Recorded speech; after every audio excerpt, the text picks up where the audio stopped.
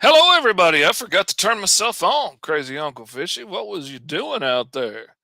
Sitting there tending to other things like a madman, not putting your face on the screen for all the fancy viewers.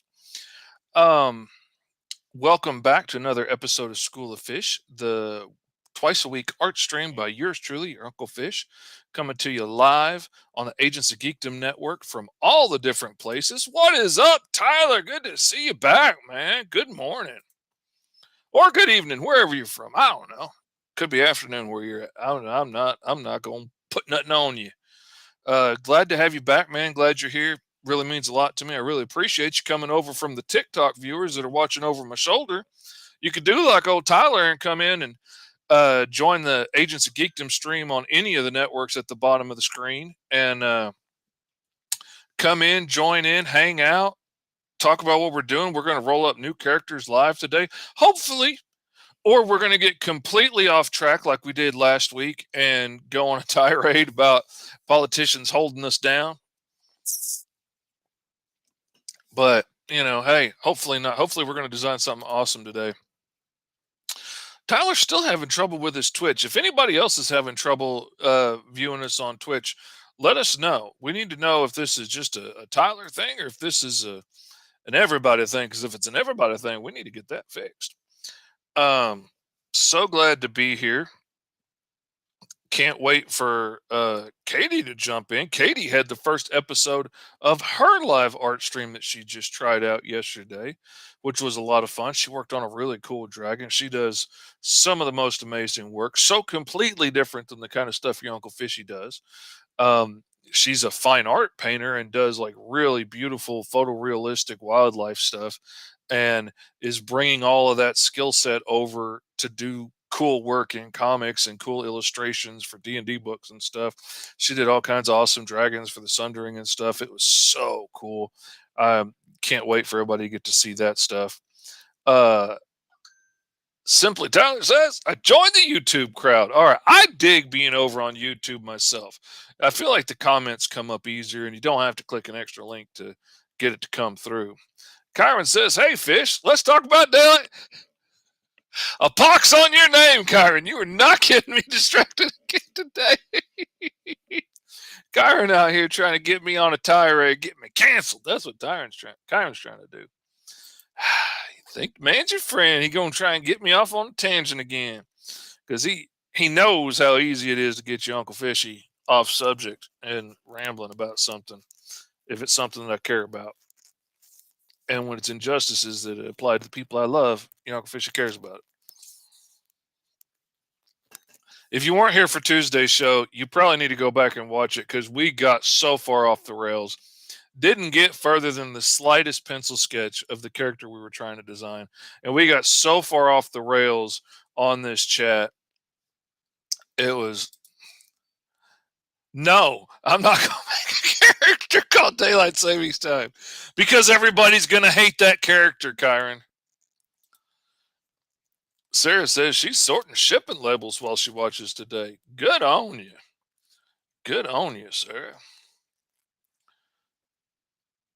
And the stream elements bots around. Okay, there, they got to turn that off. Yeah, Uncle Fishy was playing around today, checking things out, trying to figure out how to do it. Hopefully, this little QR code here works that made up because I saw Kyron's got a bunch of them made for their show.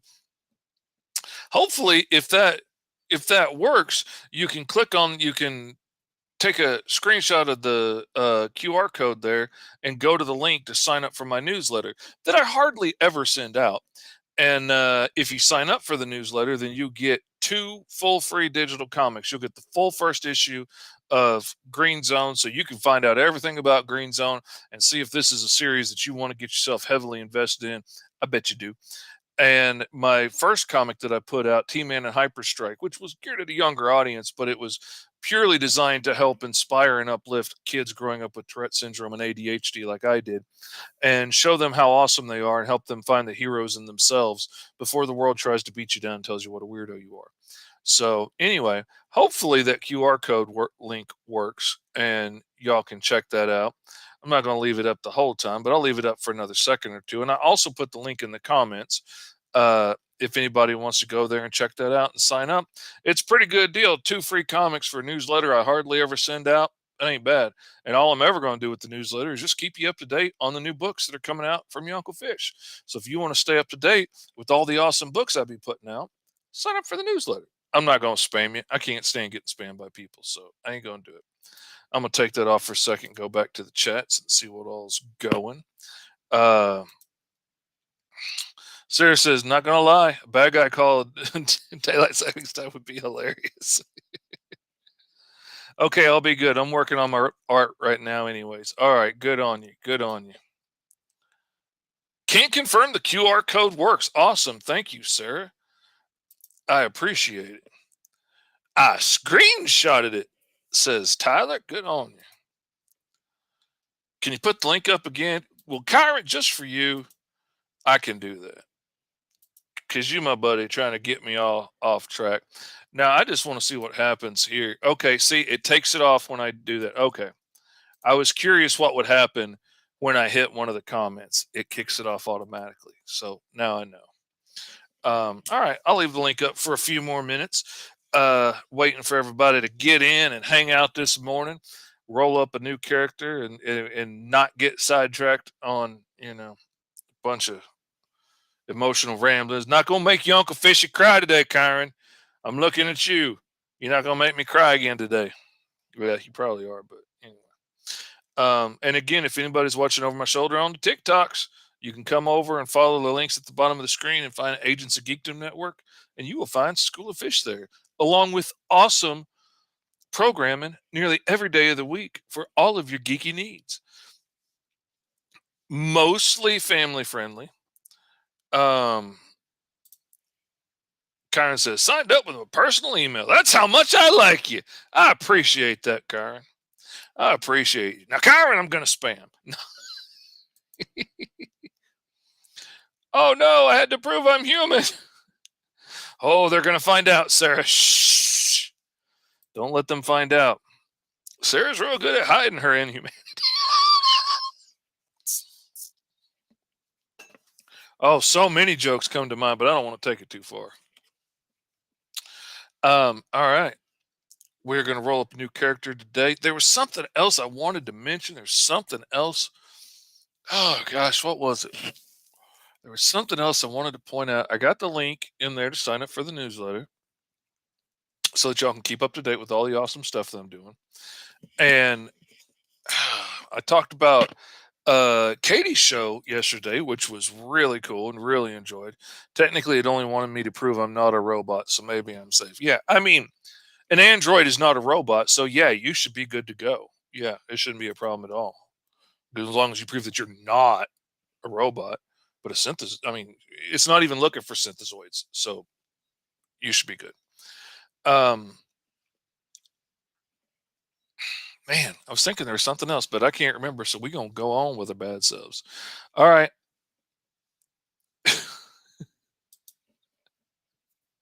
I failed the human test.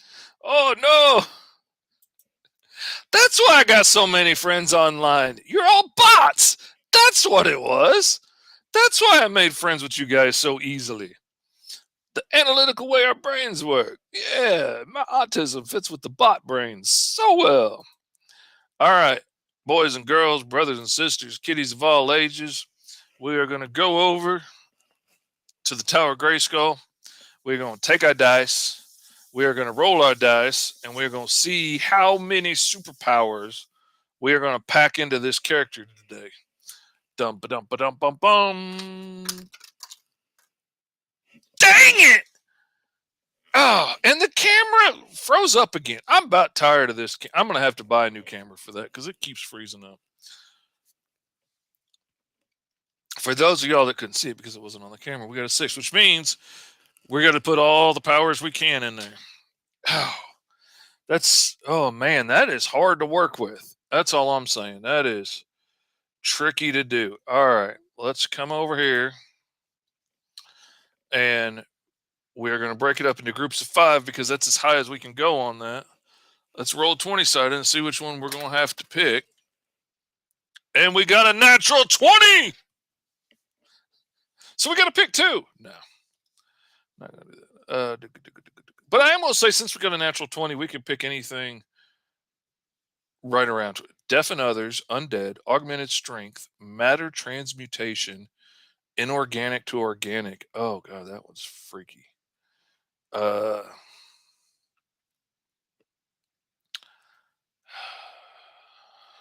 I already have a character that's so close to that one. Yeah, Kyron knows that net 20 was awesome, man. But this, the problem is for a character that's gonna, yeah, like if I was gonna put it in Greenzone, this is gonna touch up against too many other characters that I've already got. Uh, so let's go to the world and see what world we're gonna stick it in. I ought to stick Greenzone in here so that it comes up in the rolls. I didn't think about that. Oh my god. Oh my god. Oh my god. We got Care Bears and we've got an undead super strong. Oh my god. An undead healing factor, deafening others, Care Bear. Oh my god. Oh my god. Great Honaki's Ghost. What are we gonna do?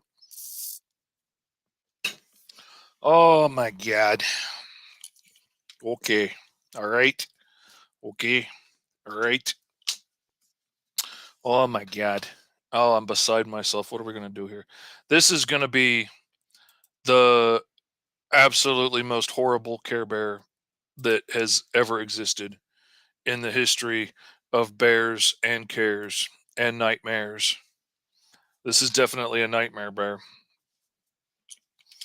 which, if anybody ever played the TMNT Teenage Mutant Ninja Turtles and Other Strange role playing game, you know what I'm talking about with the nightmare bears. Um,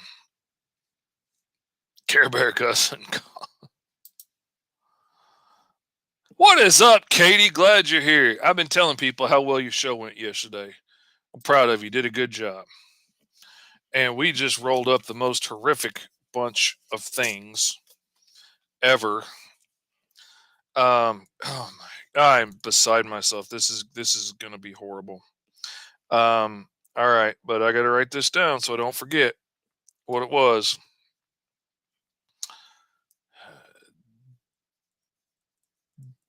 Deafen others, undead, augmented strength. I'm just gonna put super strength.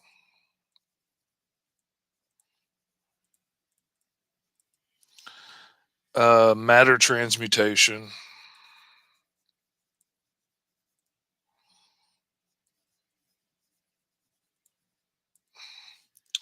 Inorganic to organic.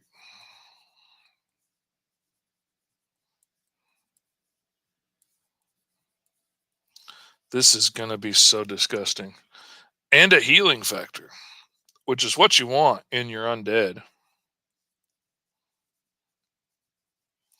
You definitely want something that will never go down and will heal from any damage that you do to it when you're creating an undead Care Bear.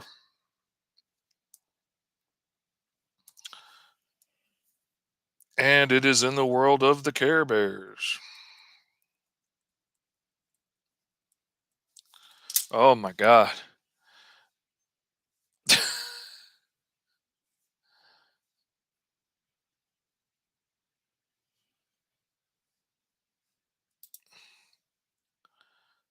Nobody mentioned daylight savings time. This sounds like a Full Metal Alchemist. Yeah, it does. I'm sure one of them can deafen others. Yeah. Uh, Kyron says with Twitch, just decided to go into a commercial. Well, I'll be danged. I didn't know it did that automatically. Oh yeah, baby. I'm telling you. Care Bears. I threw everything in there, even this stuff I really didn't want to do, like Care Bears. And so now we got to deal with that nonsense. Hey, Fee, glad you're here. Oh my goodness. All right. Now, because I don't do a lot of fan art and stuff, I'm gonna look up a Care Bears picture, um,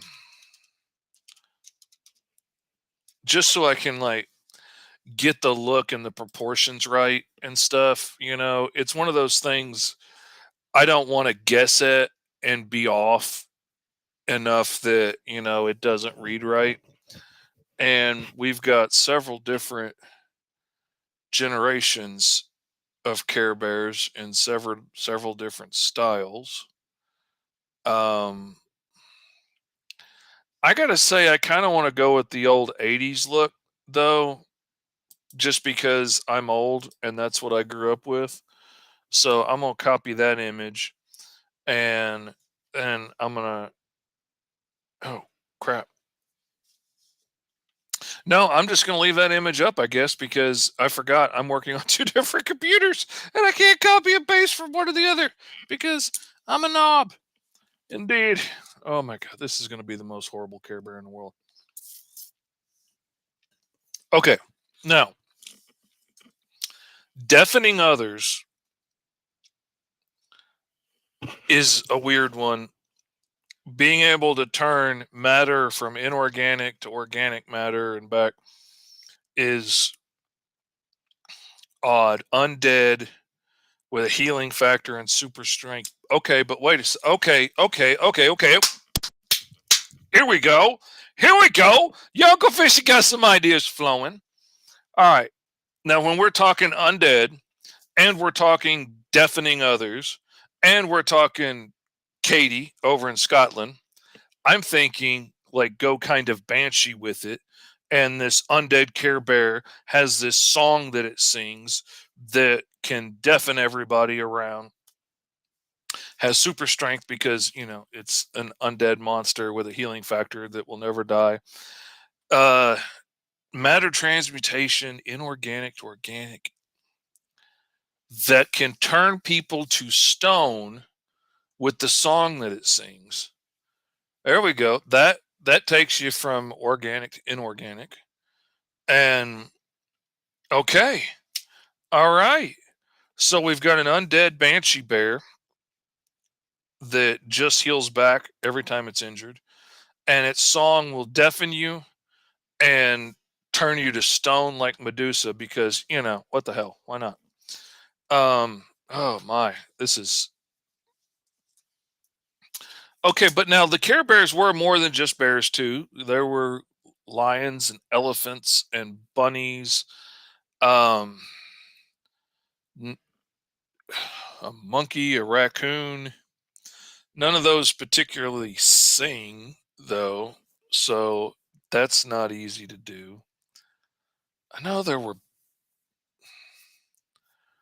bad guys in the old cartoon, but what were they?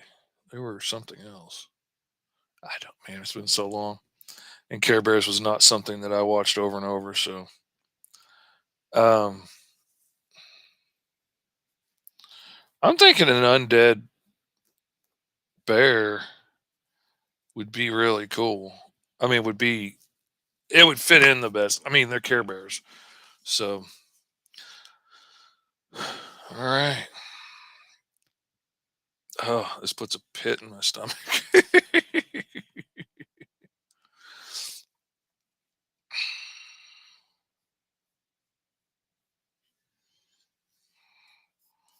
Looking at my reference photos to try and get the proportions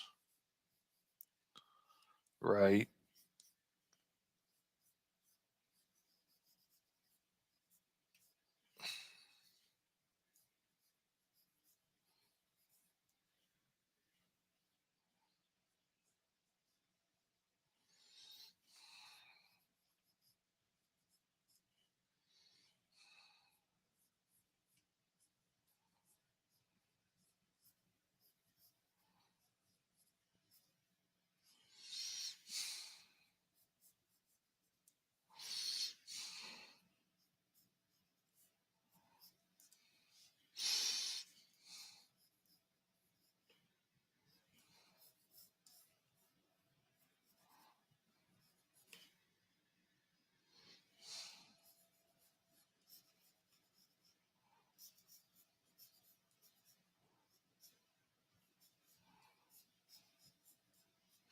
Man, I did not think I was going to end up doing a nightmare fuel Care Bear.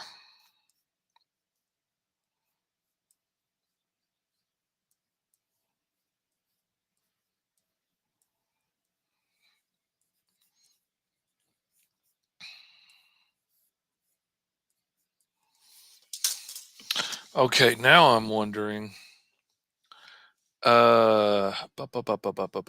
Let's look up banshees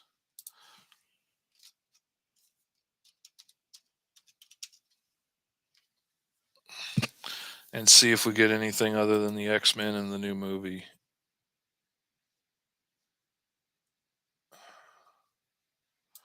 Okay, banshee ghost.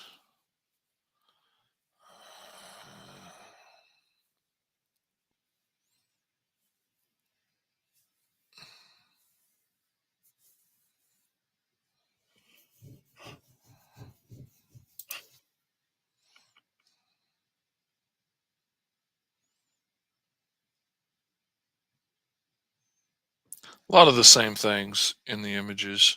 So I'm thinking his symbol on his chest needs to be like a whaling skull,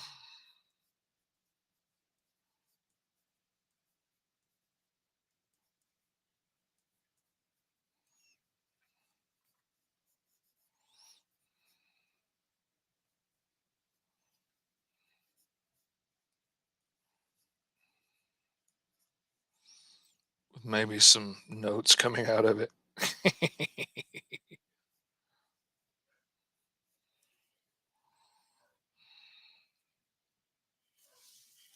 All right. That's getting into the suitably horrific range. And, I think we need to show another Care Bear in the background turned to stone. Maybe he was trying to cover his little ears.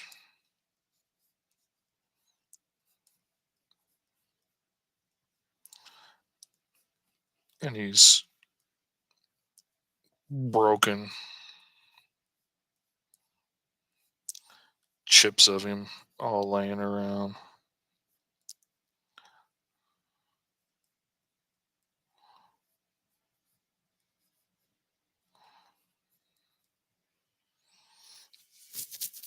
Okay.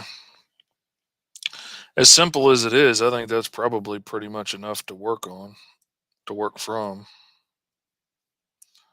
His little feet. All right. Let's stretch them out to take up a little bit more of the screen, a little more of the page. Let's rotate it a little bit. There we go.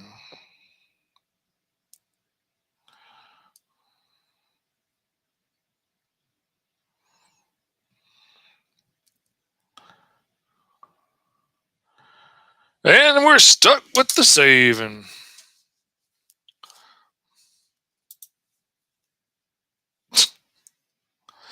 Yeah, this is creepy, huh? Yeah, this is fun. Let's add some music in here so it's not quite so quiet.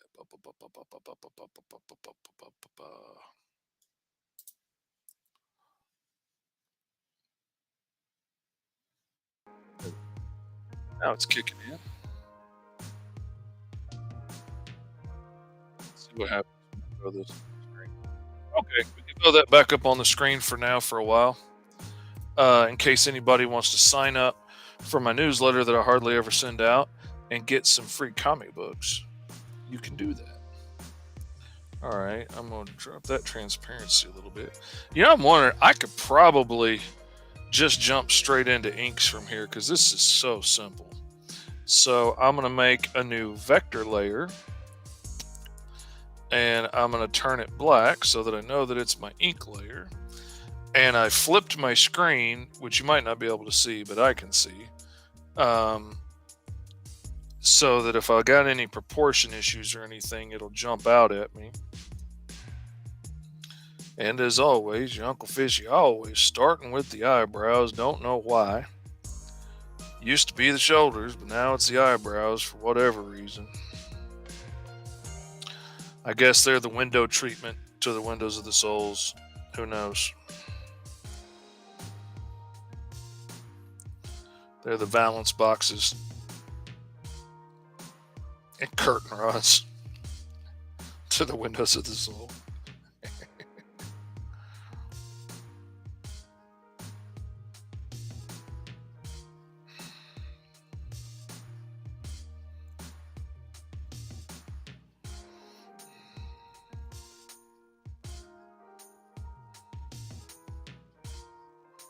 Got to put a little crack in his heart nose, her heart nose, because she is a banshee. Which always kind of bothered me that the X-Men Banshee was a dude.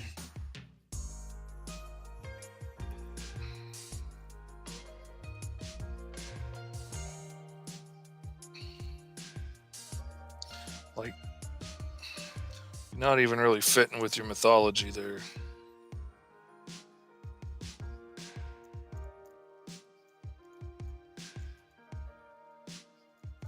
And like, I don't know, like, you know, if I was going to another country to fight in their mutant team, and even if my mutant powers were super sewing, let's say, and I could, you know, sew up something to save the day at a moment's notice, I still wouldn't want to be called Betsy Ross because I'm, you know, an American sewer. Like, that doesn't fit. It just always bugged me. I'm currently living dangerously because my tea is right beside my paint water. Artist roulette. Absolutely, man. That is, oh, I don't know how many times I've drank paint water.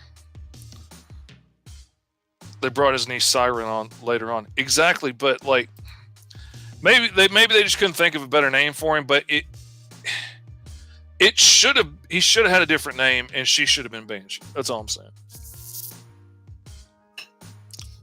It doesn't fit.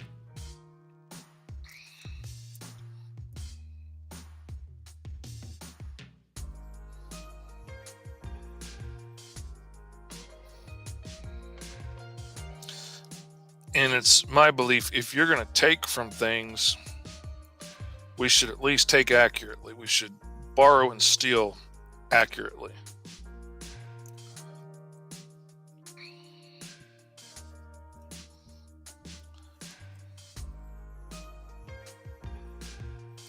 You know, like, if you're going to use Wendigo as a character, they should also be, you know, bloodthirsty people eaters, you know, to match with the legends.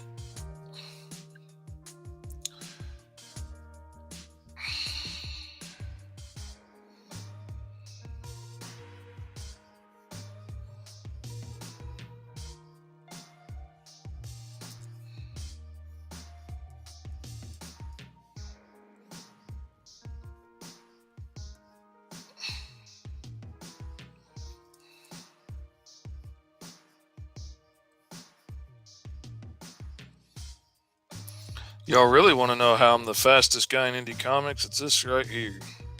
I don't spend a lot of time usually on my pencils. When it's something new that I've never done before, sometimes I got to figure the characters out, and sometimes I got to redraw a face or two until I get them figured out.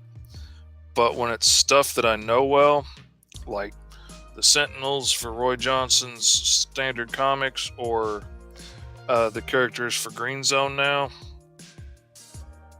I can start with the loosest of sketches and go from there. That is absolutely a nod to the Nightmare Bears from the TMNT and Other Strangeness role-playing game. Because I loved them. They were so weird and such a quirky, weird idea. that I just absolutely loved it. Kyron knows what I'm talking about. It's fair enough.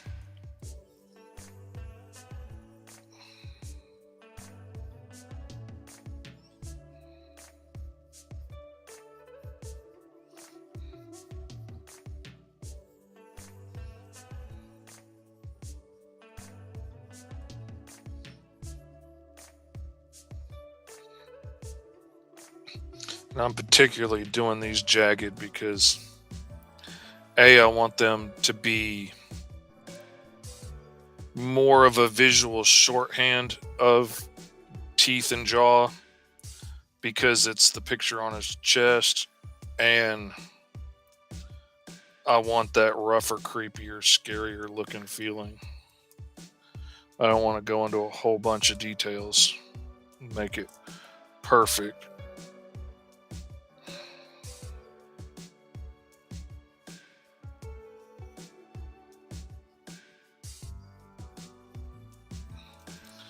Make the music notes broken because of the horrible hypnotic wail of it all. Because why not?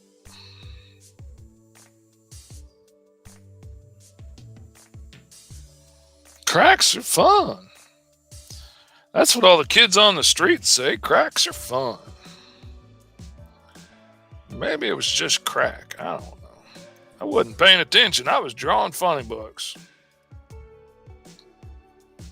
You know what they say?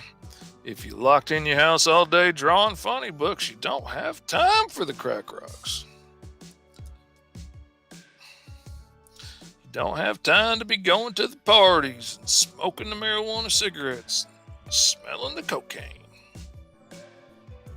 That's what they say on the streets. That's why they try and call people who read comics nerds, so they can trick you into the drugs.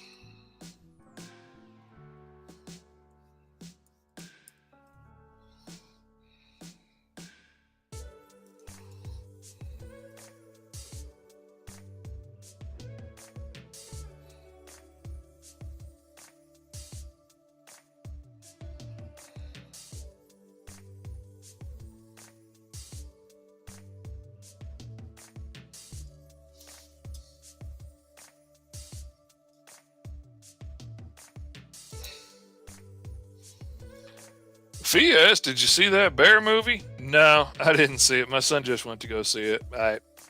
I don't care enough to pay money to go see it. I'll I'll wait until it, you know, is free on something, but I'm not gonna pay to watch that silly of a movie.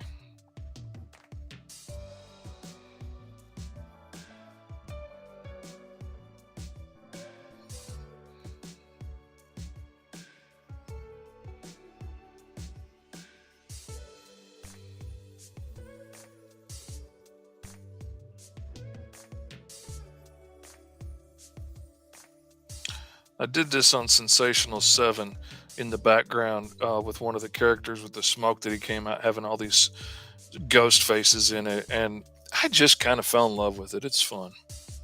So I've been doing more of it. Now, this guy's going to have the classic nose.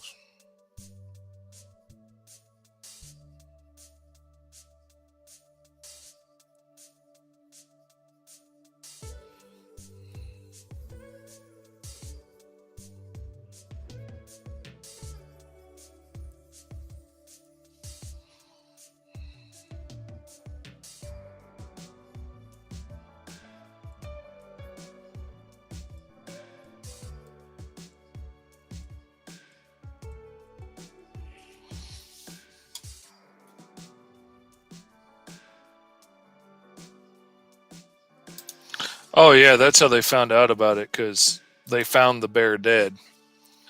And it was full of cocaine. And it died from it.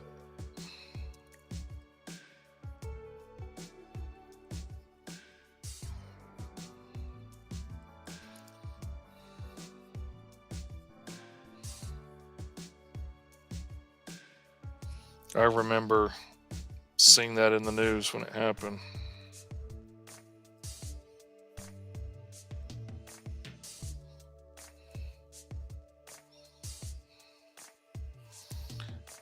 His little stone paws trying to cover him little stone ears so him don't hear the horrible wailing.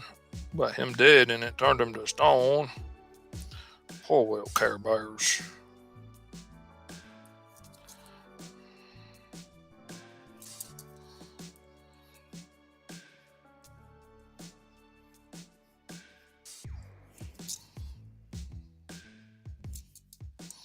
Oh, remind me before we get off of here. I was wanting to show a couple of tips on like organizing your custom brushes and stuff, just in case anybody that is using Clip Studio doesn't know how to do it. Making your own little categories with your favorite brushes really saves a lot of time digging around for them. Katie says, I think there was a story in Europe about a wild boar that found a coke stash, and a herd of coked up boar somehow more scary than a single bear. Absolutely, man. Pigs are scary. Hogs are terrifying, man. They're vicious and almost nothing will stop them.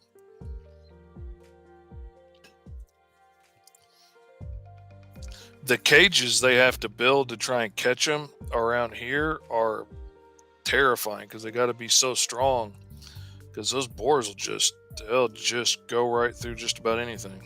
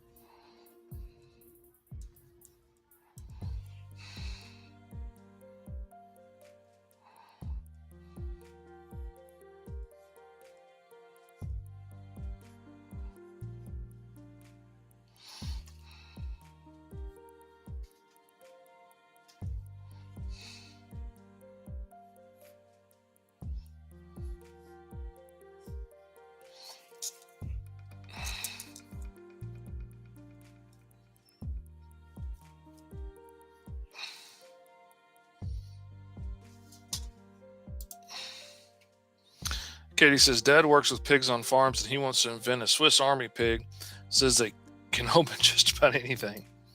Absolutely.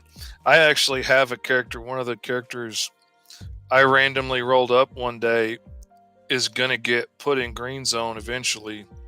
That is a military grade experimental cybernetic pig warrior, like, like trained to be like a war dog, but it's made out of, a giant hog, because they're ultimately much scarier and smarter, and then he's cybernetically enhanced and taken traits from other genomes and stuff that gave them bulletproof hides and mixed that into his genome, and so now he's got this super thick bulletproof, machine gun proof blubber all over him, and is just this big terrifying thing. And then once he quits following commands and goes off and starts doing his own thing, then it really gets scary. All right, there we go. We got that inked up pretty quick, because that's just a simple cartoon bear is what he is. You know what? I think that bit near is a little bit big. So the nice thing about being on a vector layer is I can come in and select all of those parts of that ear and then just shrink and resize it till it kind of matches up with the other one a little better. And I love that.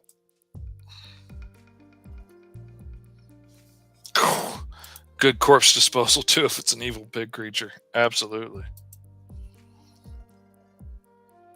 Oh man, yeah.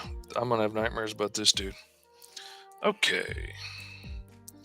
Let's select this area. Seems to have gotten it pretty good. We're gonna invert it. And then we're gonna paint it gray, mid-tone gray, and see what happens. All right. That looks like we got everything pretty good.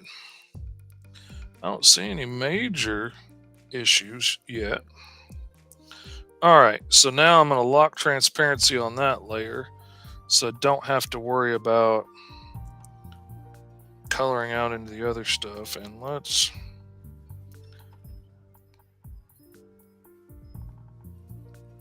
try and pick a good eerie, ethereal, ghostly tone.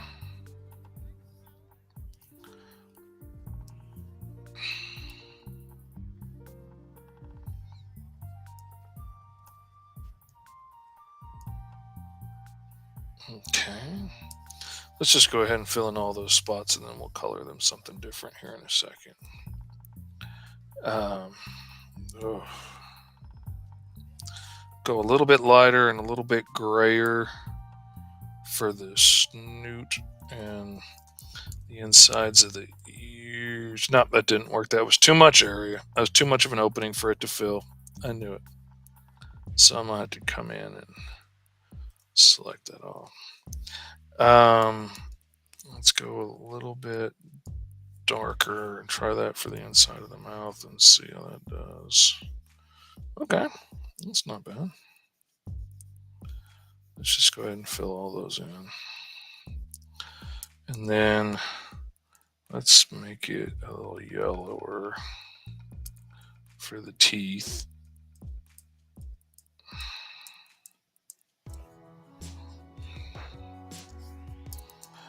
And make that tongue a little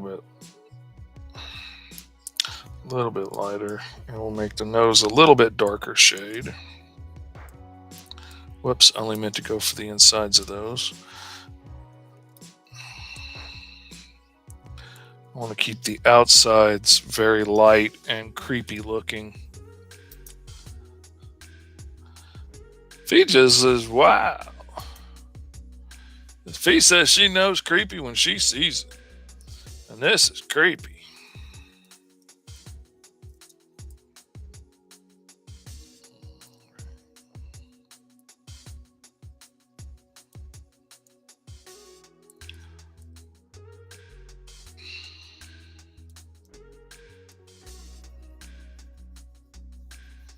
I'm going to use the same color from the tongue to paint the skull for now. See what that... Nope, I didn't catch it. Okay. Take that color, see what that looks like in there.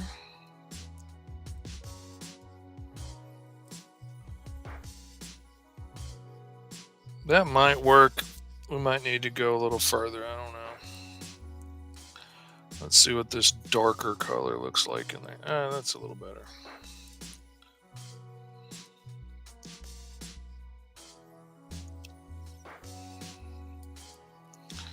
Okay, I'm gonna come down here. Now I'm taking her ghost color, and it's over here in the greens. I'm gonna drop it down a little bit bluer and a little darker and try that for a grass color, because I want this to feel, like it's at night in a cemetery kind of thing. And I'm going to go a little bit darker and grayer for the bear, so it's still gray, but it's in that blue family to kind of help sink it in to feel like it's at night, or at least being lit the same way this grass is. Nope, that didn't work. I thought those little gaps would be big enough to fill, but they weren't. Be close enough to fill.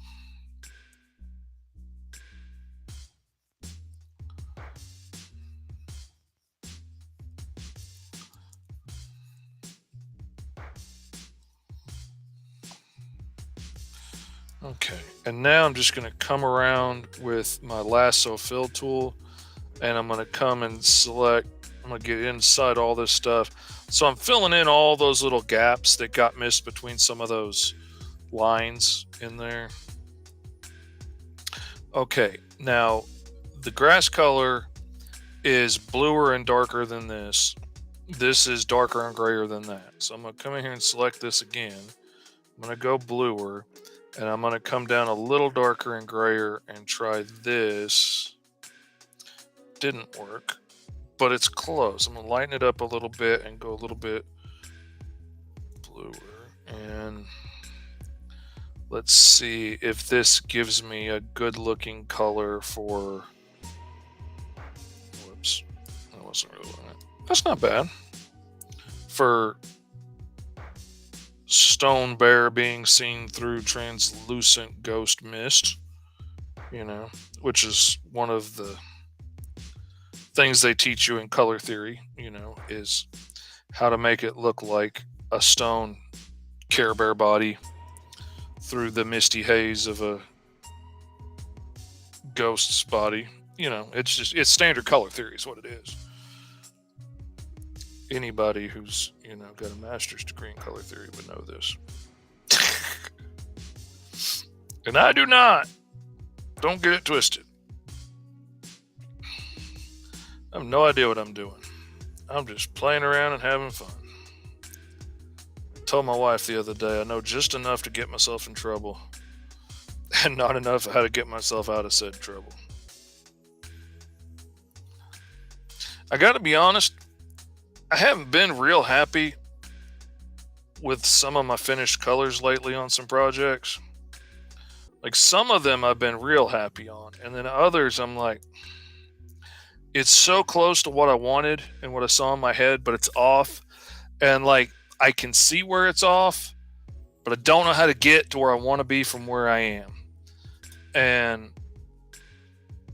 I really need, yeah, you only learn that in a color theory course, of course. I don't know how to get from where I'm at to where I want to be. I know what's wrong. I know what I'm doing wrong. Sometimes I do know what I need to do to get there, and other times I don't. And it's frustrating to me. That's where I really want that big brother or sister that really knows their crap, that can be like, oh, well, this is what you're doing wrong.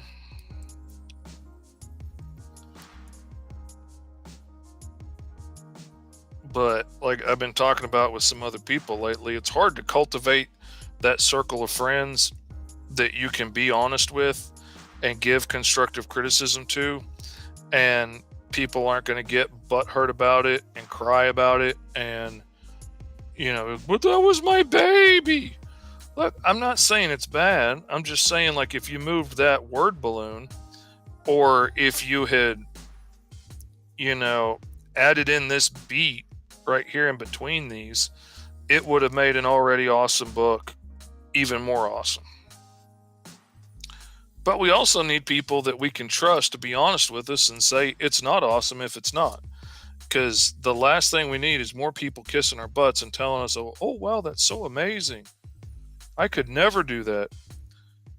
Okay, fine. But I need somebody that can tell me, okay, this is a hair off. This looks a little wonky.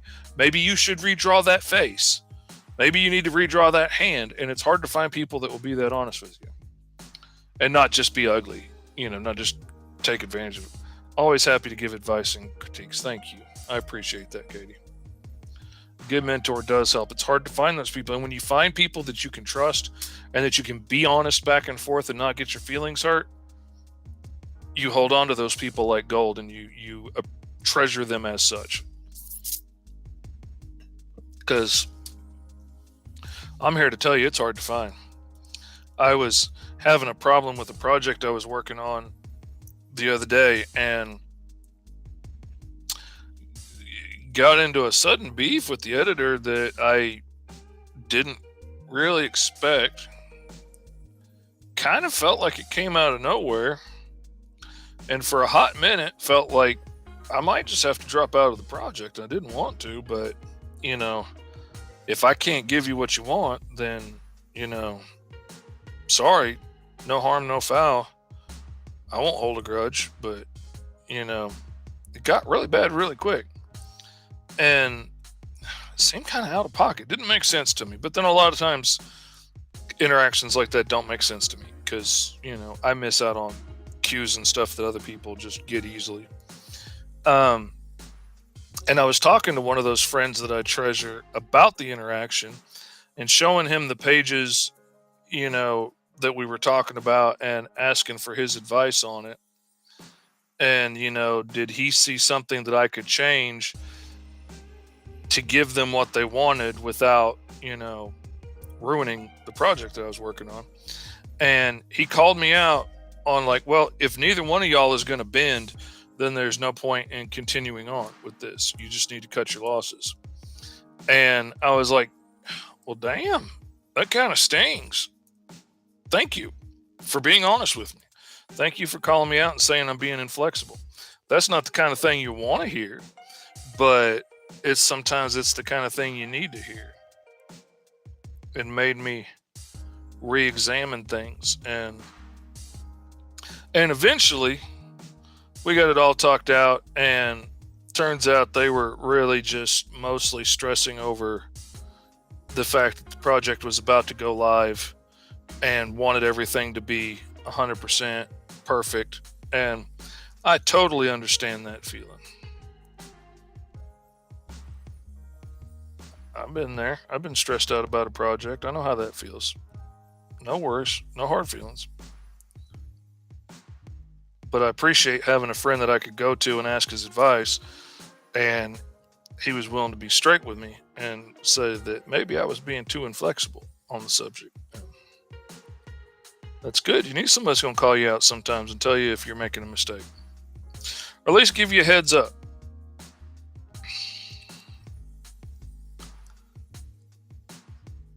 Maybe you want to watch out for this. Maybe you want to be careful here. And there have been times I've had friends tell me that, and I didn't listen, and I regretted it. Because lo and behold, it came back to bite me in the butt. Go figure.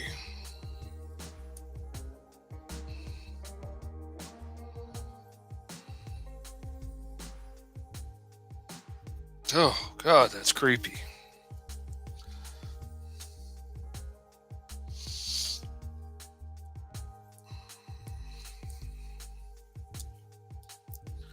Okay, let's go a little bluer.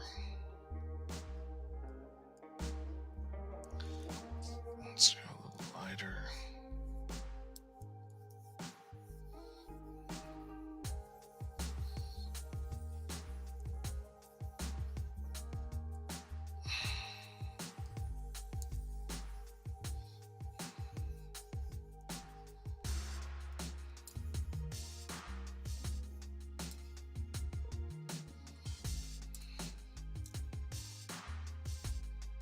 Oh, man.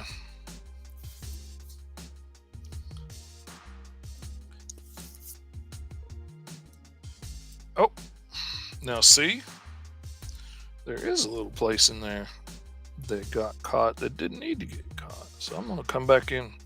Whoops, I was on the wrong layer, boys and girls. Got to be on the right layer.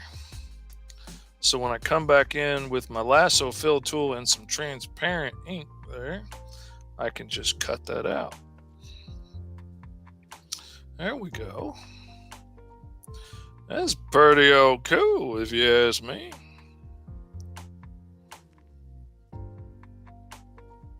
That's pretty old cool. Oops, something just beeped. What beeped?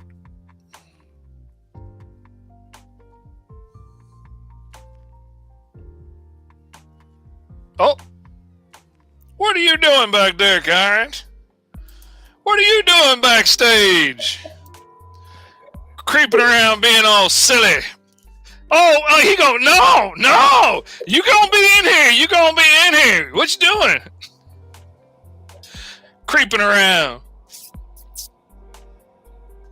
Being on mute. Oh, see, you done lost your voice now, huh?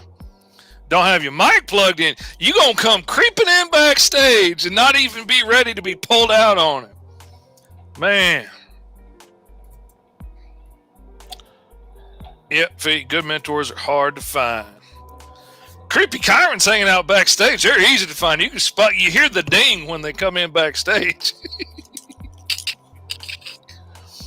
Is this working now? Yep, that's working now. What's up, man?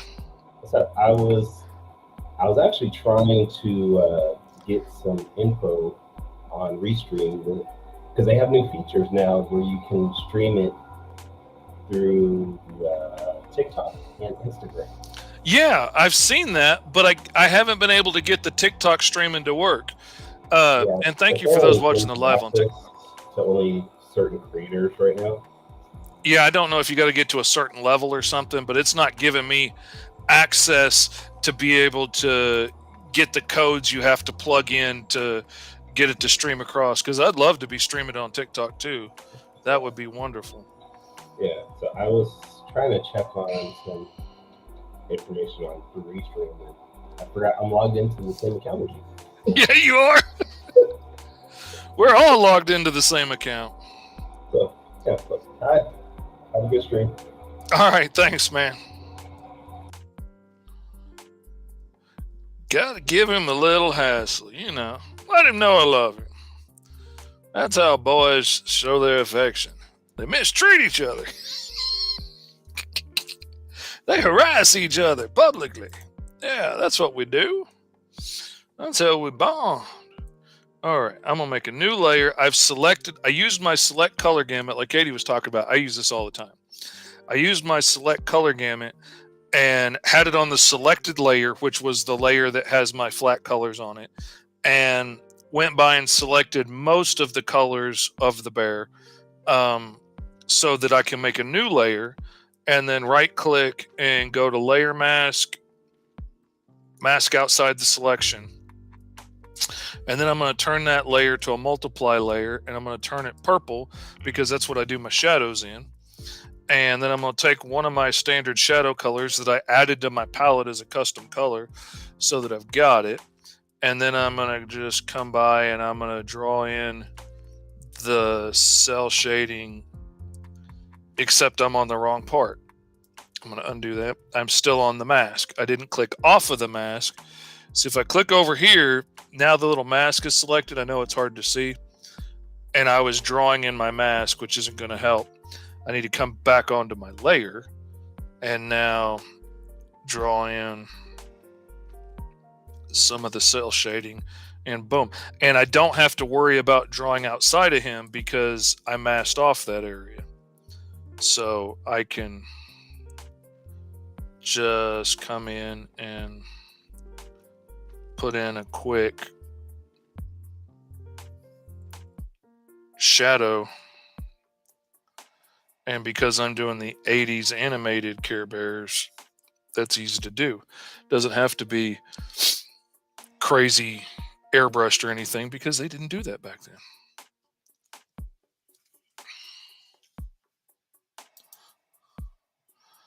Sarah says, this is all shit I need to learn. I'm doing it the hard way.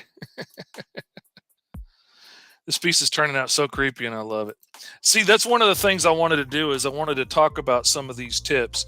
Like, I can't use those masks the same way when I'm doing a full-on comic book page, because then I would have to have a separate multiply and screen layer for highlights and shadows for every single character and every single thing in there. And then thered be a billion layers and that's no good. But when I'm doing these illustrations, it's really easy because I usually have one character and a background. So I can just make that one character. I can select all the colors of that one character and use that to mask off an area in my multiply and screen layers so that I don't have to worry about going outside of it with the shadows and highlights. Whoops. Now that's the same thing that I do. That's why I have the flatter. That's why I hire a flatter when I'm coloring and stuff, is because I will set that color, that flat layer, as my reference layer. So no matter how much texture and colors and stuff I paint over onto this bear later, if I was doing this in a comic book, and no matter how many layers of fur textures and all kinds of stuff I put on there, that flat layer is behind everything as my reference layer. And everywhere his main fur color is would still be one color. It wouldn't be all the modeled layers of color that I might have painted on. And so I can use it as my reference layer and click on it, click select color gamut, and I would have it set to my reference layer, which would be my color flats. And then when I click on his fur, it would select that all as one area. And then that makes it easy to come in with texture brushes, and I don't have to worry about going outside of that color. I can come in and do my highlights and shadows and not have to worry about going outside of that. It's automatically masked off for me, which makes it so much easier. Not having to go in and draw that mask every time, that cuts so much time out of my work process. That's why it's worth paying her $10 a page to flat my comics for me, because it saves me so much time in the end having to do that. Oh, absolutely. Absolutely. It is so worth getting it done or doing it yourself, but it saves me so much time. Like, okay, let's pull up an example while we're talking about this right now. Let me save this before I forget and it gets lost. Okay, let me pull up one of the pages of Gary Feldman here.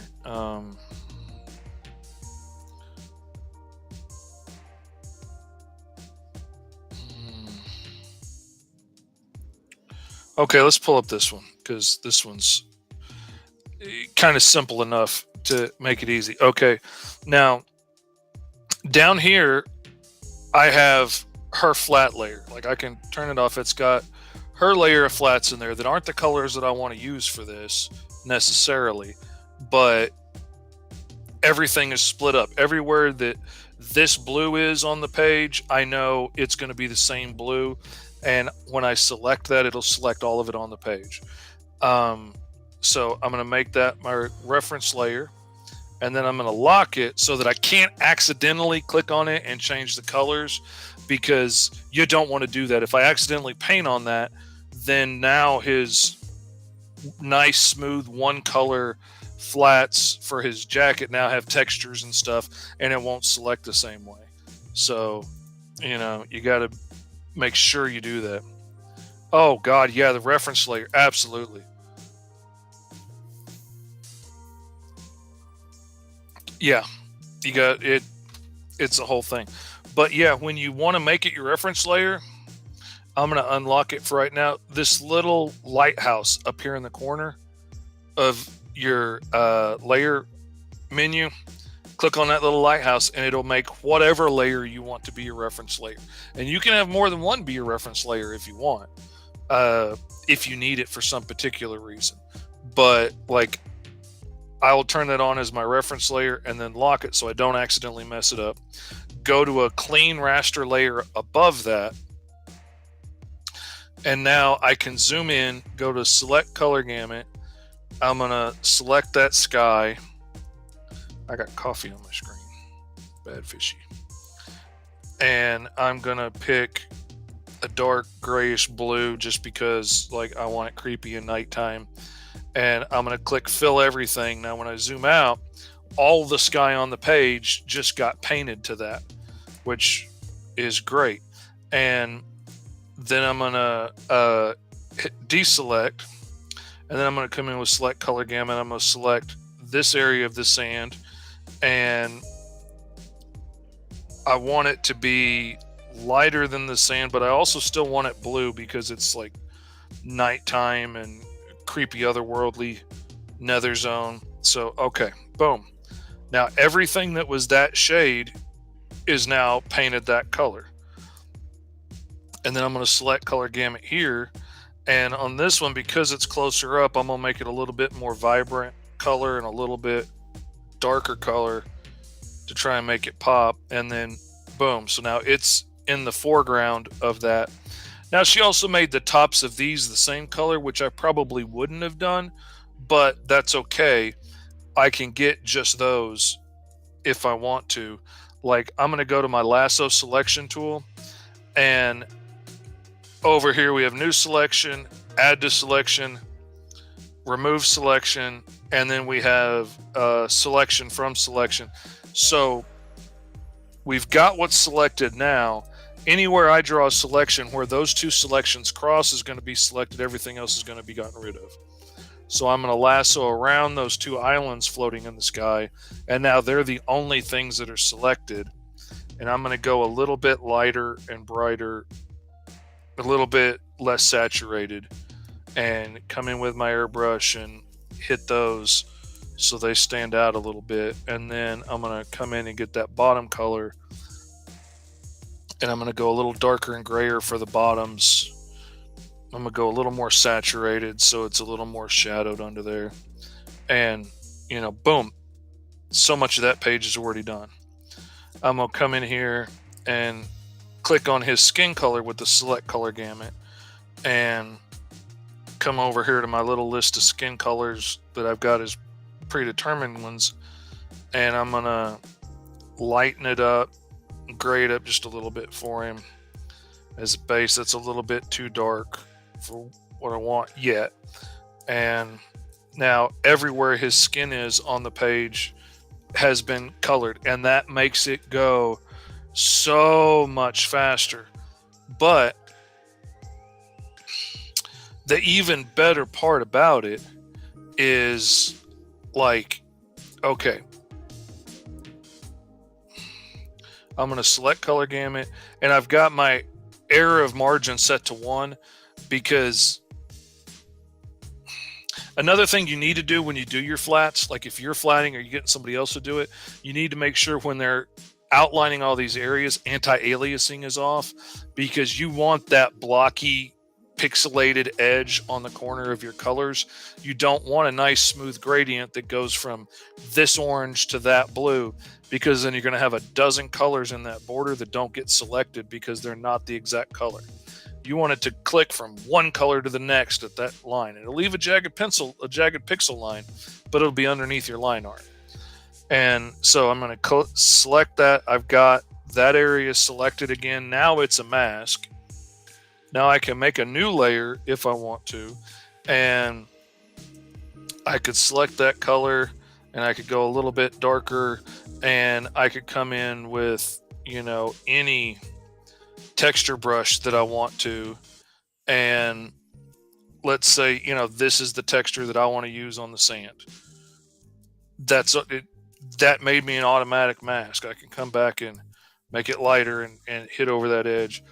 That's all masked off. I don't have to worry about getting into anything else, because that helps me make instant masks. That is so much easier than having to go in and select around all of that. Now maybe, let me undo a couple times. Now maybe I don't want this whole area to be painted with that brush, but that helped me get the selection knocked out real quick. Then I go to my lasso selection, I go to remove from selection, click the little minus sign there, and now I can come along this edge where I want the shadows to start, and I can deselect everything else out there, and now my line of shadows is going to start right there from that edge where I wanted it to be. And it just helps making the masks so much faster, and just everything goes so much quicker. Like, say I want that mask to start down here under this little line in the sand. So boom, I'm going to deselect above it with that negative lasso selection. I'm going to grab my texture brush, which isn't the texture brush I'm going to use for this, but it'll work for this example. And bam, we've got that little edge in there. Same thing will work like if I just wanted to paint highlights and shadows on his suit, let's say. I could come in with my screen brush, on my screen layer, mind you. I've got his whole suit selected everywhere. And it's in this weird nether realm, so I'm going to use blue for my highlights and get my little airbrush. And I'm going to come across his shoulders and across the top of him there. And now I can come in, and this is what I was talking about this is my technique when I'm doing this on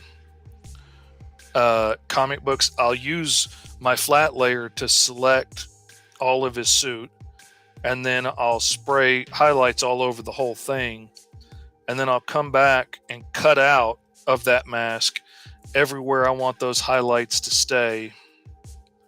So I don't want them everywhere. I want them on the top edges, or maybe the back edge because he's backlit or whatever. And I'm going to do it down his side here because I'm going to say that it's lit from behind for whatever reason in this scene. Now, everywhere his suit is selected. So I could come up here and hit delete on my little menu bar for my selection, and it will delete everything that's still selected, which is fine right now because I haven't painted highlights and shadows on any of these other ones. But if I had painted highlights and stuff on there and I'm on my highlight layer, my screen layer, then I would have just deleted all that was in that selection, and I don't want to do that. So I'm going to undo that, and I'll come in with my airbrush set to transparent, and I'll paint out this stuff so I have a little bit more control, so I can paint this guy and not worry about it when I'm working over here.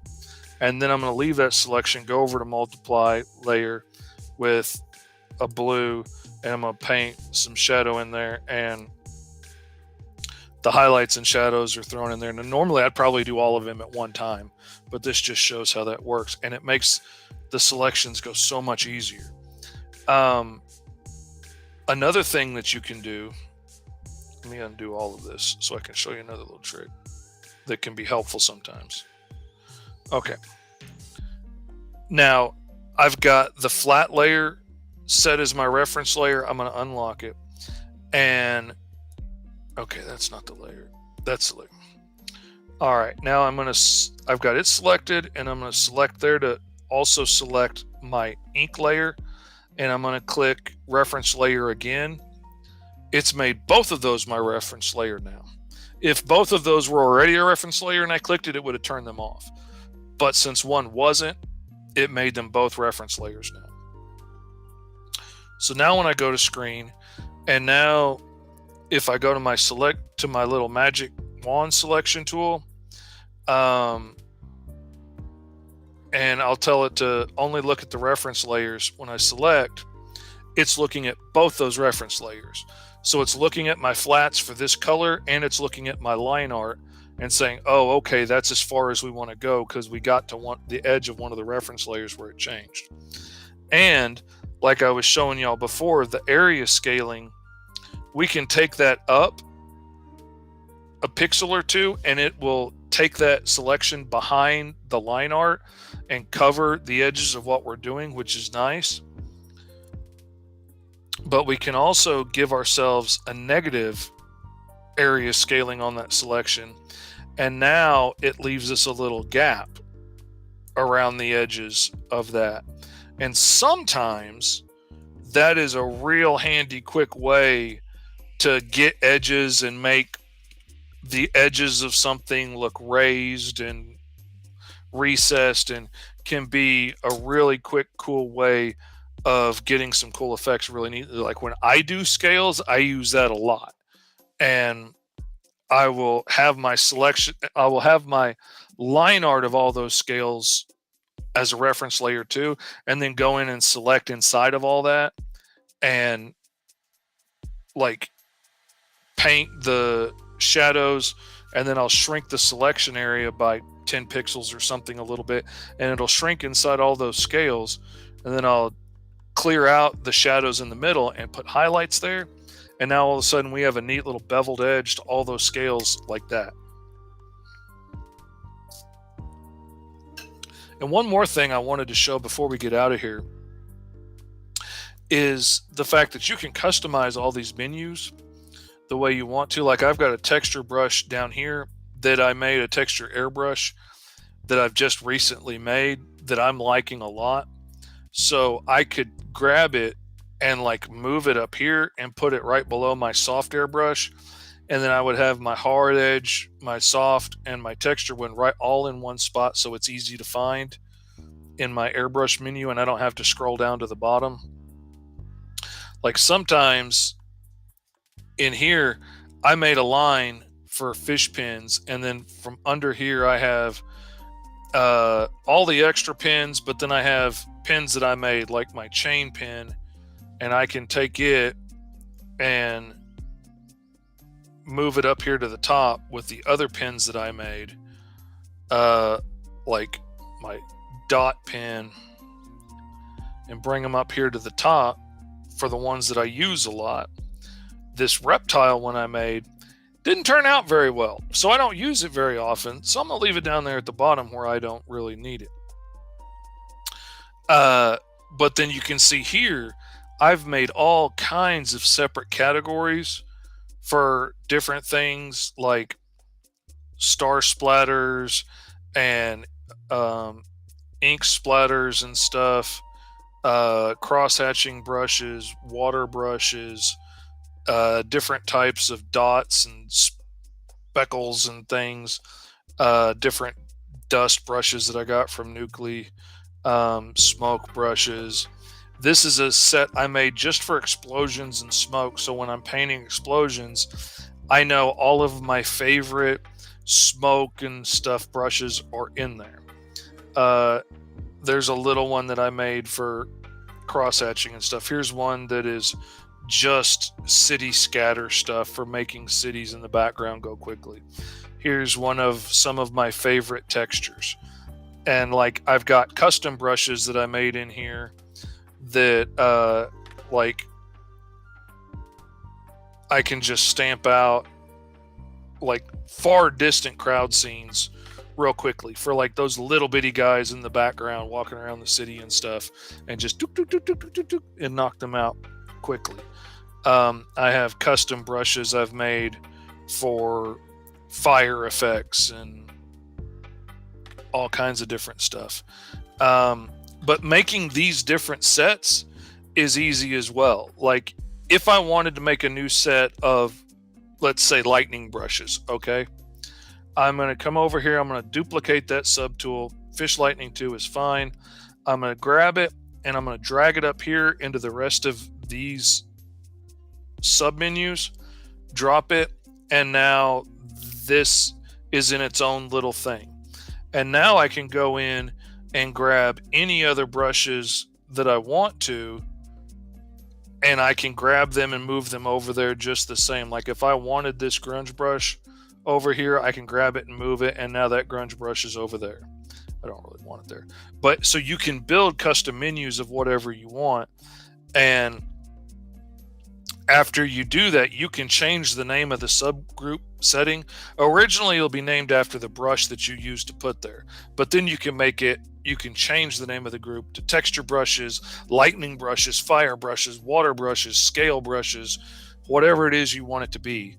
And that comes in so handy. I've made all of these to organize them, and then I move them around in organization, and I try to spend the time to go back and curate those menus regularly and keep the ones that I use a lot at one end of the menu, usually the top, so it's easy for me to find all the brushes that I use a lot. And then if there's an obscure one I want to go hunting for, I can go hunting down the list for it. But the ones that I really like, that really work well, that I find a lot more use for, I will move them all to the top of that list so they're easy to find. Lightning for Saw the Lightning Wielder? Absolutely. And you can make several different custom brushes for it to give you different effects that you want. Making custom brushes is so much fun and so interesting and a little complex, but it's fun, and you can make custom brushes for anything. That's one of the reasons that I miss working on my big computer instead of the tablet, because my big computer, the Clip Studio on it, has a whole lot of custom brushes on there that I don't have saved over to here because I built them there and I never bothered to export them and save them and bring them over here. But like, I've got custom brushes that I've made. Let me get out of this one real quick and come back over here. Let me make a new page, new layer, just to paint. No, let me make a new page because I don't want to mess up my time lapse. Like I have under my custom brushes, like I've got a dreadlock brush. It's not very big, so it's kind of hard to see, but that I can use for drawing braids and micro locks and dreadlocks and stuff like that. I've made brushes for roots and tree branches and all kinds of things so that you can just zip, zip, zip, be done. Um, this this brush right here, this bar pen, I use all the time in drawing um, mechanical things. Like I have it in lines and stuff, but it also works good for doing like uh, roots and vines. Like you can use it for that, and you can come in and overlap it and twist it around like that, and then just come off of it with these little ticks and make thorns coming off of stuff real quick with the same brush. That one didn't work. It happens. And then come back in with another brush and draw some of the wrinkles and stuff, around it, and some knots in it, and darken some of the areas that got covered up by the vines, and just knock out stuff really quick with that brush. It has come in so handy. But like I've absolutely made my own lightning brushes, and they work off of both colors, so you can set it to whatever you want. And if you want the inside of it to be like the inside to be a bright yellow, you make your background color that, and the outside to be orange, and then wazam, you have a completely different color lightning, and it's just like that. And then you can set that layer to screen or add glow or whatever and get even more effects out of it. The custom brushes, the ability to make custom brushes is so amazing. And like I made this one for, making crowd scenes, and it will change the color each time just a little bit and kind of blend them together. So if you've got like a blurred up crowd scene in the background of like people that are out of focus, which I was wanting on this one thing I was working on, that comes out really well. Or I've got it again where I'll normally have the background color be white and the foreground color be black, and just throw out background people, and now my city is full of little minions in the background doing stuff.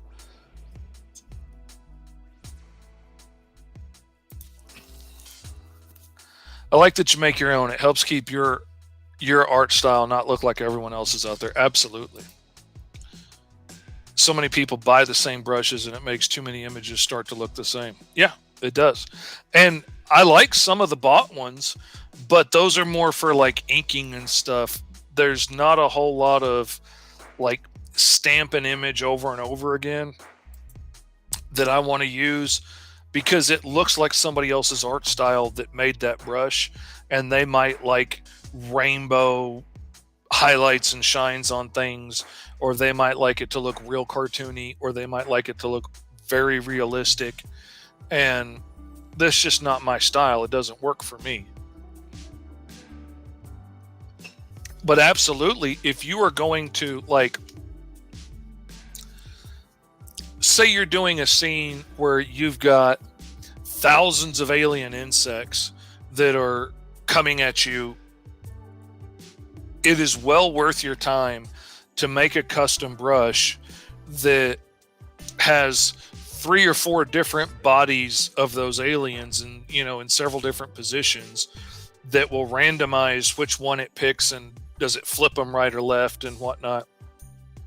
And then you can just fill the background with various of these insects coming at you. Or, if you need a million starfighters from the enemy armada coming at you, it's worth the time to make 5 or 6 really good images of that armada and make a custom brush out of it so that you can scatter them in the background very quickly, and boom, you're done.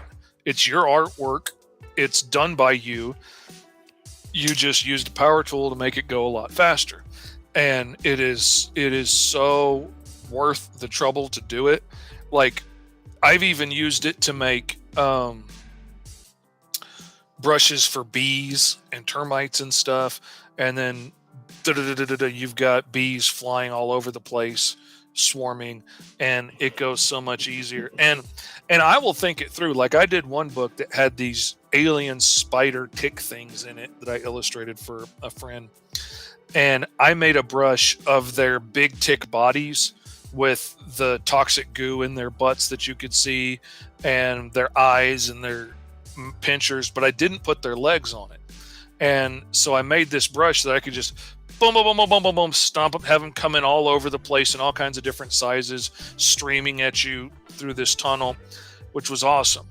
And then I went in with my little fish bar brush that's white in the middle and black on the outsides, and zoop, zoop, zoop, drew their legs. And because of the way that brush works, every time I put a sharp bend in it, it put a little extra kick in the line. And so it looks like a segmented leg coming out. And I could draw all of those thousands of legs in like 20 minutes. And it made this really awesome, overwhelming scene of thousands of these alien insects coming at you.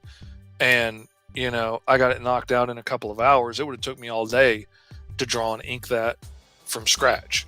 And still my artwork. I put the work in to do it all. I spent, don't save. Let me open up one of the pages of Gary Feldman.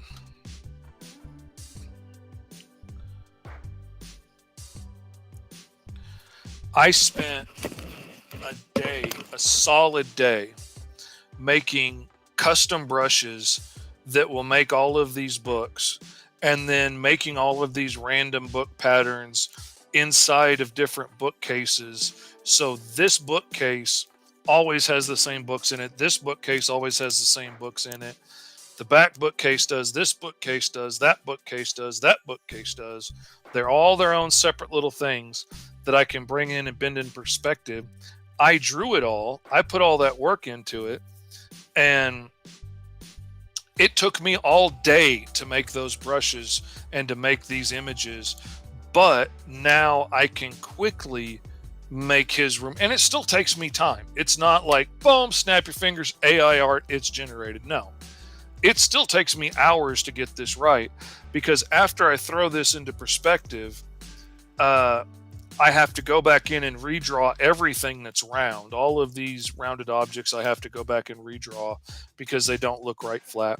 And then I have to draw the sides to everything and make it all three-dimensional and color things in, and it takes time to do that. But those brushes let me throw these out really quickly, relatively speaking. It still takes time to get all of these things in the right perspective. But now this scene didn't take me 18 hours to ink. It took me 3 or 4. And that's an amazing time savings. Yes, I'm using power tools, where somebody else would have to draw that all out by hand and wouldn't have that kind of detail and consistency. This railing here is a custom brush that I built that makes it come out even and the same. And look at our little cameo in the background there. Teeny little, only y'all are going to see this because nobody's going to be able to see him in the book because he's going to be so tiny. But little old Virgil sitting there reading books, being happy in an alternate universe because he ain't never going to get that in Greenzone. But if you look way in the background, and Cthulhu is hard to spell, you'll see little Virgil sitting on a corner happily reading books. And so, the custom brushes thing is amazing. And I use it all the time because it helps me out. Shh, don't give away our secrets. Writers will be expecting thousands of characters on each page now. Well, sorry about that. I tell you, I saw one girl, and I'm still debating whether it's genius or it's cheating.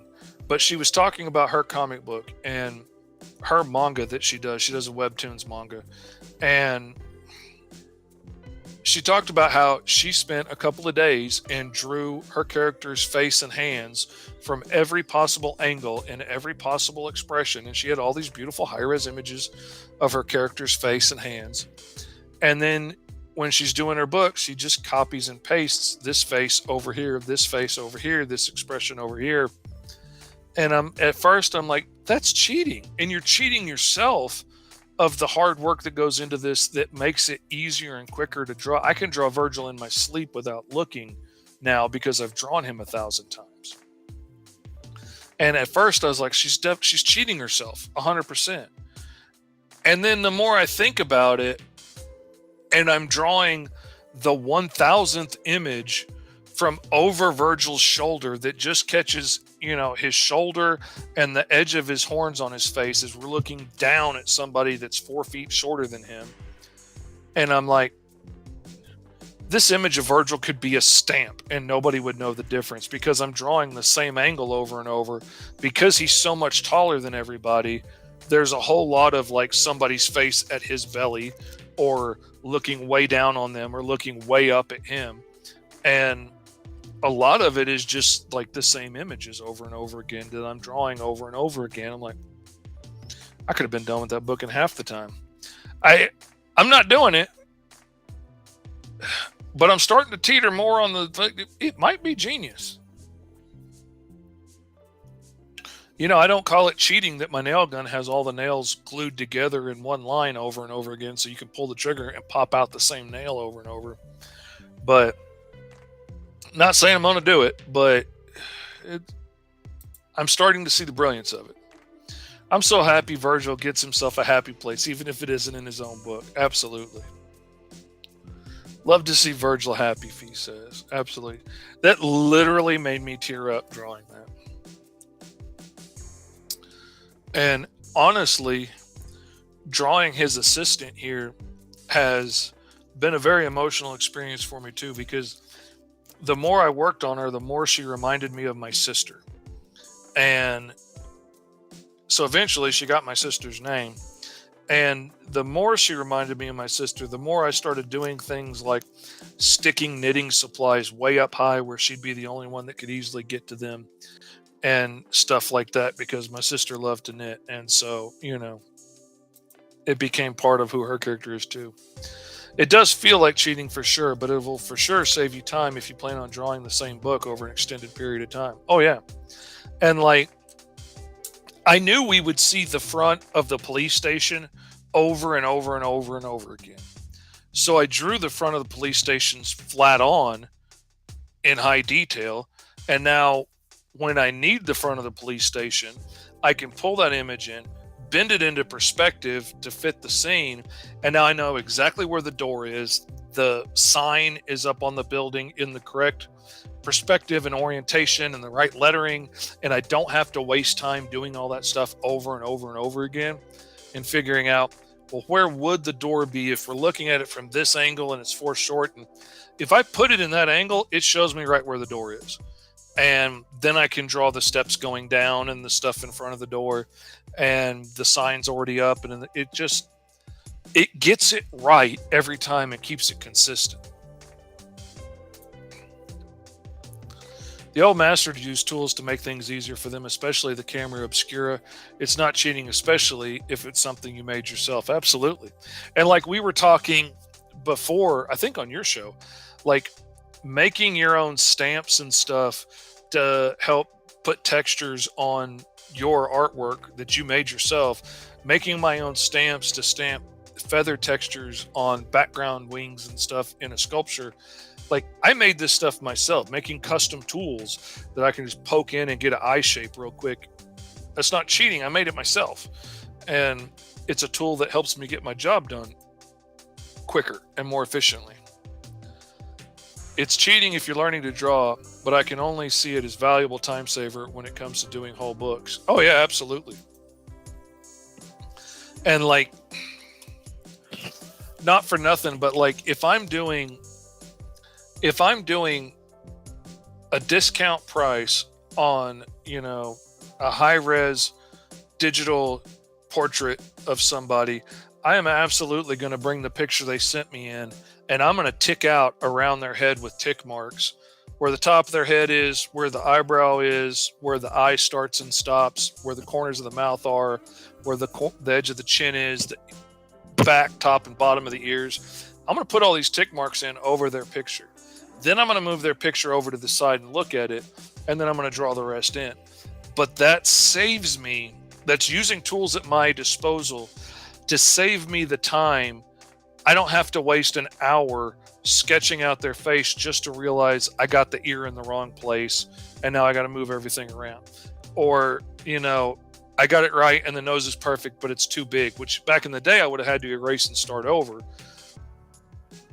It lets me make sure everything's going to be in the right place, and you're paying to get a portrait that looks like you and looks right. So I'm just saving time, making sure I get those things in the right proportion. Then I go in and draw it all, and it's drawn in my style. It's drawn to look at you, look like you. I'm working from your picture, but not on top of your picture. But it helps make sure saving time, which is saving everybody money, which lets me give somebody a good deal on that and not have to charge them 3 times as much to account for the amount of time it's going to take me to get it right, which I can do. And usually I get it right on the first try. But every once in a while, you got to, you realize you messed something up and had to start over. And this is my job where I'm making money to pay my bills. I don't have time to waste on silly mistakes if I can help myself not make those mistakes. If I could not draw a portrait, if I could not look at you and draw a portrait of you, and I pulled your face up and traced it, absolutely that would be cheating. If I can draw a portrait of you from scratch and I tick it out to make sure I'm getting my proportions in the right place with each other, that's just using tools at my disposal, And I've worked with people that cannot draw, that spend their whole time tracing and calling themselves an artist, and it makes me mad. But there's a difference between using the tools at your disposal to do your job well and cheating to do something that you cannot do, trying to do something that you don't have the ability to do.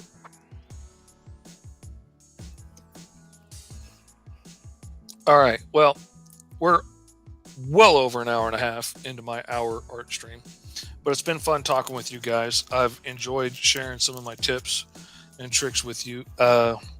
Hopefully some of it will be of help. I hope. I really dig the way this guy's coming out. I'm thinking I'm going to put a little bit of stone texture on that, on top of it, maybe with one of the pictures that Katie sent me. Maybe put a tree in the background or something. But I think that's pretty much probably about it that I'm going to do to this one. Kyron's still trying to start stuff. What about daylight savings time character? I say I hate daylight savings time so much I don't even want a character like that. I don't want to have a hand in that. No, I don't want nothing to do with it. I'm gonna let Kyron get rich on the character everybody loves to hate, daylight savings time. Man, But anyway, thank you guys for being here with me. Thank you guys for tuning in. Thank you everybody on Twitch that tuned in. And not yeah, well, thank you to everybody tuning in on Twitch. Thank you everybody watching on TikTok live. I appreciate it. Thanks, Fish. Great stream. Love the Banshee Bear. Great stream, Fish. Thank you very much. And once again, just in case anybody missed it, if you want to scan this QR code, you can sign up for the Mr. Fish newsletter, which I hardly ever send out. I really only send it out to let people know about upcoming Kickstarters of all the cool books that I'm working on. And if you sign up for it now, you will get 2 full free digital comics. You'll get the full first issue of Greenzone Life in the Blocks, my baby, my love story. And you'll get my very first comic that I published myself, T-Man and Hyperstrike, about a superhero team with Tourette syndrome and ADHD. Anyway, I love you guys. Thank you guys for tuning in with me and hanging out. I really appreciate it. I am going to get out of here now, and I will hopefully see you guys Tuesday.